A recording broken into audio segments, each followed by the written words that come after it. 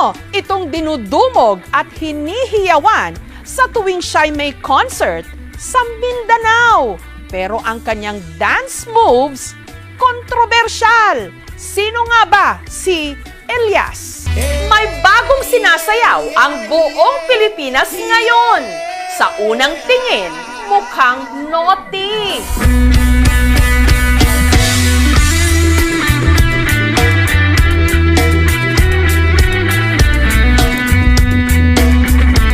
Kaya ang iba nagtaas agad ng kilay.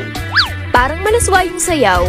Pero hindi nito napigilan ang pagiging viral ng dance steps na ito.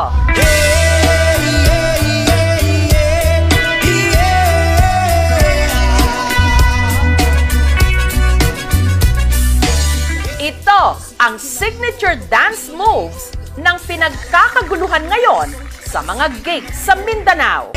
Mag-ingay at say uhahay kay Elias! Si Elias, content creator at band vocalist ng bandang Kalumad.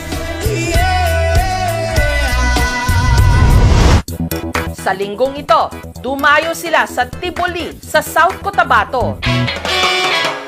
Ilang oras pa bago ang kanyang set. Ang fans, abangers na! Si Elias! Kasi idol namin siya! Kasi ang galing sumayaw!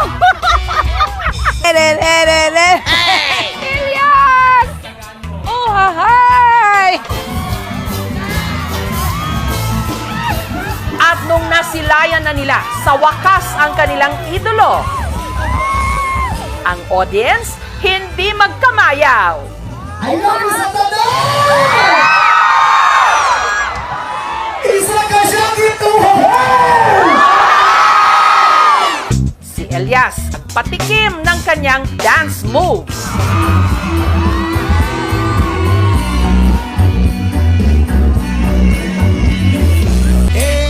Elias, paano nga ba ang iyong step by step para sumakses?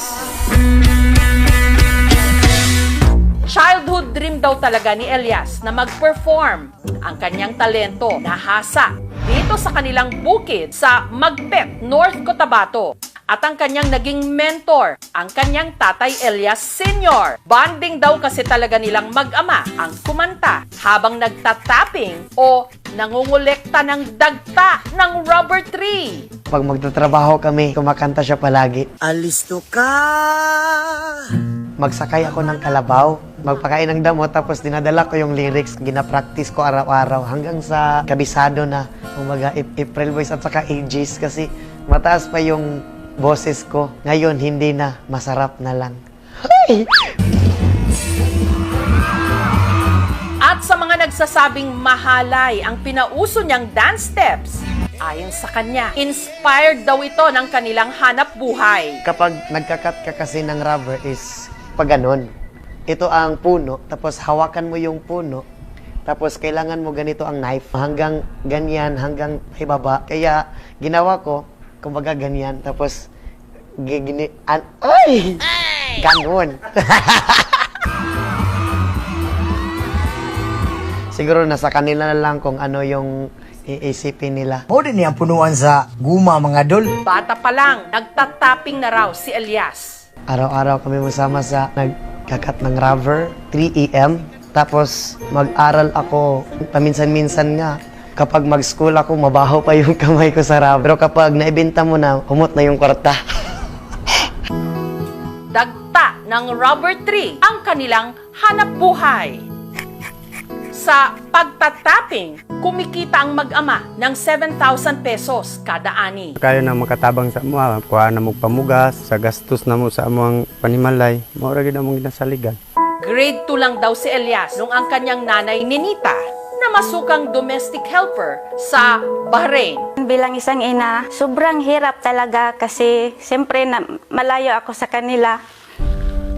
At hindi maiwasan na iiyak ka na lang na mag-isa kasi hindi ko sila nakikita, hindi ko sila nasusubayan araw-araw kung anong ginagawa nila, pero masaya ako na ganyan na siya ngayon. namimiss ko siya.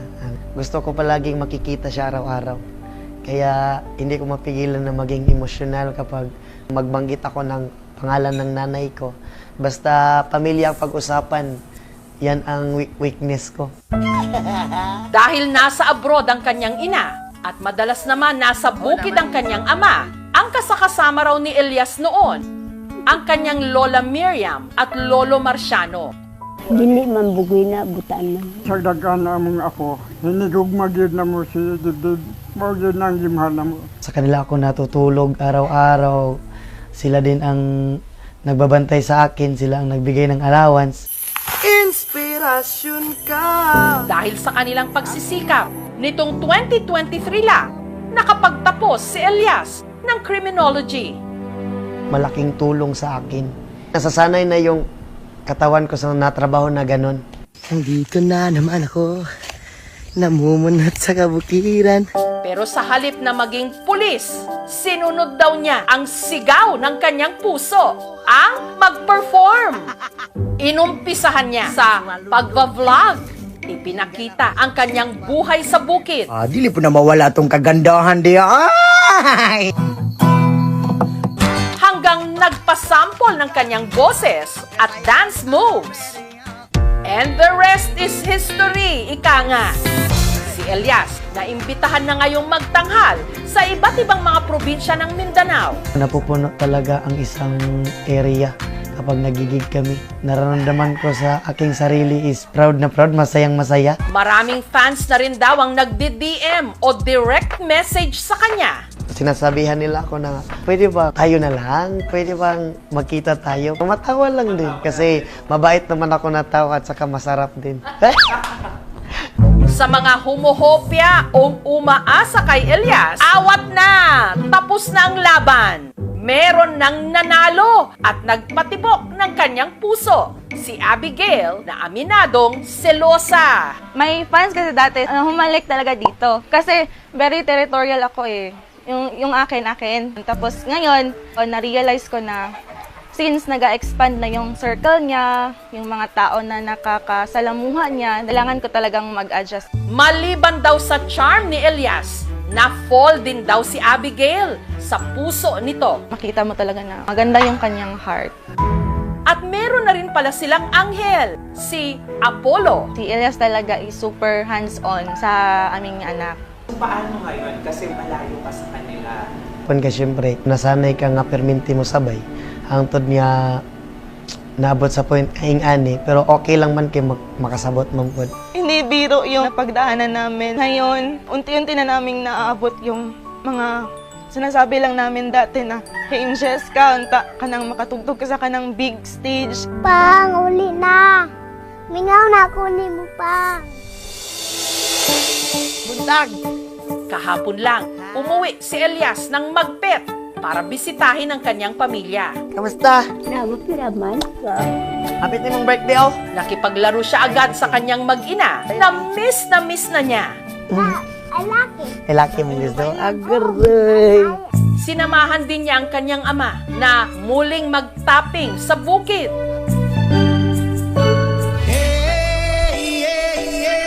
Na sinabayan pa niya ng pagsayaw.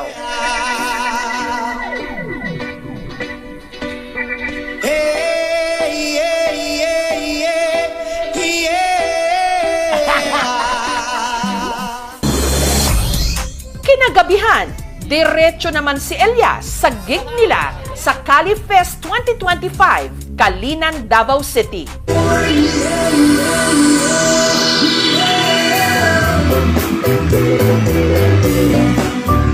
Ang hindi alam ni Elias, may sorpresa mula sa kanyang #1 fan, ang kanyang nanay Ninita, all the way from Bahrain. Stay always humble at laging pasalamat sa Panginoon sa lahat ng na-achieve mo at laging mag-iingat sa bawat event na pupuntahan mo. Tatandaan mo na narito lang kami ng pamilya mo at laging susuporta sa magandang hangarin mo sa buhay. I love you, anak. Dengan selamat Kalinan. Sa ngayon, hindi ko pala kino-confirm ang sarili ko na sikat ako. Paminsan-minsan din, kinakausap ko rin ang sarili ko. Sikat na ba talaga ako? Kailangan ko pa siguro magsipag para maabot yung pangarap ko. Gusto ko kasing whole world. Huy! Pangarap ko na maka-show kami sa iba't ibang bansa. Pangarap na lang man din ako, lubos-lubosin ko na lang. Lipad, saan ang gusto mo? Patuloy ka lang sa mga pangarap mo. Tama yan, Elias. Pag nangarap ka, taasan mo na at ipakita sa buong mundo ang talento ng Tubong Mindanao. Aim high and huha high!